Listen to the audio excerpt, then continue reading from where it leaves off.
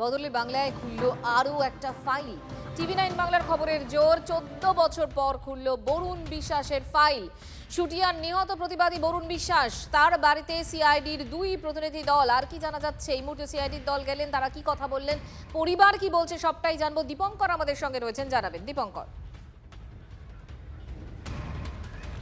দেখো, গতকালই সিআইডির তরফ থেকে ফোন করা হয়েছিল বরুণ বিশ্বাসের দিদিকে এবং তার পরিবারের কাছে এসে সিআইডির যে বিশেষ প্রতিনিধি দল তারা কথা বলতে চান 14 বছর আগে ঠিক কী ঘটেছিল, কেন এই ধরনের ঘটনার সম্মুখীন হতে হয়েছিল এই পরিবারকে, বরুণ বিশ্বাস আসলে কে ছিলেন এবং তাকে হঠাৎ করে খুন করা হয়েছিল কেন, এরকম নানাবিধ প্রশ্ন এবং খুনের পর পুলিশের অ্যাক্টিভিটিস কী কী ছিল, সেখান থেকে পুলিশ কী অবস্থায় কেসটাকে দাঁড় করিয়েছিল, সমস্ত বিষয় নিয়ে জানতে প্রাথমিকভাবে আজকে সিআইডির বিশেষ দল তারা আসেন এবং তারা এসে পরিবারের সঙ্গে কথা বলছেন। যে কথা তোমাকে বলার, যে বরুণ বিশ্বাস 2012 সালে যখন খুন হন তারপর তার পরিবার বারবার রাজ্যের প্রাক্তন খাদ্যমন্ত্রী জ্যোতিপ্রিয় মল্লিকের বিরুদ্ধে অভিযোগ করেছিলেন, কিন্তু সেদিকে কর্ণপাত করেননি, কিন্তু উল্টে তারপর তাদের পরিবারের উপরে নানা রকম অসন্তোষ নেমে আসে।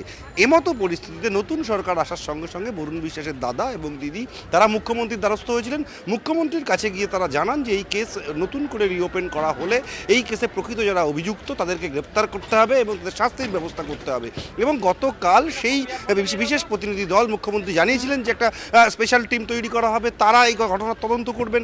সেই মোতাবেক মুখ্যমন্ত্রীর কথা মতো, মুখ্যমন্ত্রীর পরামর্শে যে টিম তৈরি হয়েছিল সেই টিম আজকে বরুণ বিশ্বাসের বাড়িতে এসে কাজ শুরু করলেন। মানে বরুণ বিশ্বাসের ফাইল আবার পুনরায় খোলা হলো, এমনটা কিন্তু বলাই যায়। মঞ্জিরা, ধন্যবাদ। বিগত 14 বছর বাদে আমরা নতুন সরকারের কাছে একটা দাবি নিয়ে গেছিলাম জনতার দরবারে।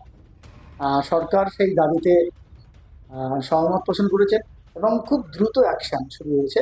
এতে আমরা আমাদের পরিবার কৃতজ্ঞ সরকারের কাছে এবং সত্যি আমরা অভিভূত যে এত তাড়াতাড়ি অ্যাকশন শুরু হয়েছে। এটা আমরা বিগত সরকারে আমরা দেখিনি এবং বিগত সরকার আমরা তদন্তের নামে এত প্রহসন হয়েছে, সেই কারণেই আবার এটা ফার্দার ইনভেস্টিগেশন দেওয়া হয়েছে। এখন আমরা আশায় বসে আছি, দেখা যাক কোনো ধরনের বিচারটা আমরা পাই। আর তো আমাদের কিছু বলার নেই, সরকারের উপরে আমাদের দাবি রইল যেন সঠিক তদন্তটা হয় এবং সঠিক যারা প্রকৃত দোষী তাদের খুঁজে বার করে তাদের যেন অপরাধীদের শাস্তি হয়। এই মুহূর্তে আমাদের সঙ্গে বিজেপির প্রধান মুখপাত্র দেবজিৎ সরকার রয়েছে। দেবজিৎ, বদলের বাংলায় আরও একটা ভালো জিনিস আমরা দেখলাম টিভি9 বাংলার খবরের জের, কারণ আমরা এই কথাটা বলেছিলাম 14 বছর পর বরুণ বিশ্বাসের যে ফাইল সেটা খুললো আজকে।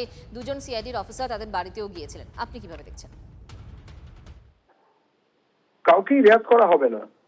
এতদিন ধরে যারা পলিটিক্যাল ইমিউনিটি পেয়ে দুর্নীতির সঙ্গে ছিলেন এবং রাজনৈতিক দলের পক্ষ থেকে শুধু নয়, রাজ্য সরকারগুলিও দুর্নীতিকারীদের আড়াল করার দায়িত্ব নিয়েছিল, সেই জিনিস বন্ধ হয়েছে। এখন জিরো টলারেন্স, দুর্নীতির বিরুদ্ধে শাসকের আইন নয় আইনের শাসন চলবে, এটাই এই নতুন রাজ্য সরকারের নীতি হয়ে দাঁড়িয়েছে।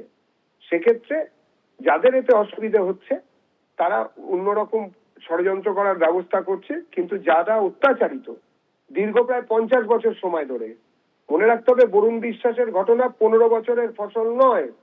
গাইঘাটা শুটিয়া গ্রামকে প্রায় ধর্ষণ গ্রাম বানিয়ে দেওয়া হয়েছিল, 144টা দুর্ঘটনা ঘটেছিল, তার মধ্যে মাত্র 33টাকে লিপিবদ্ধ করা হয়।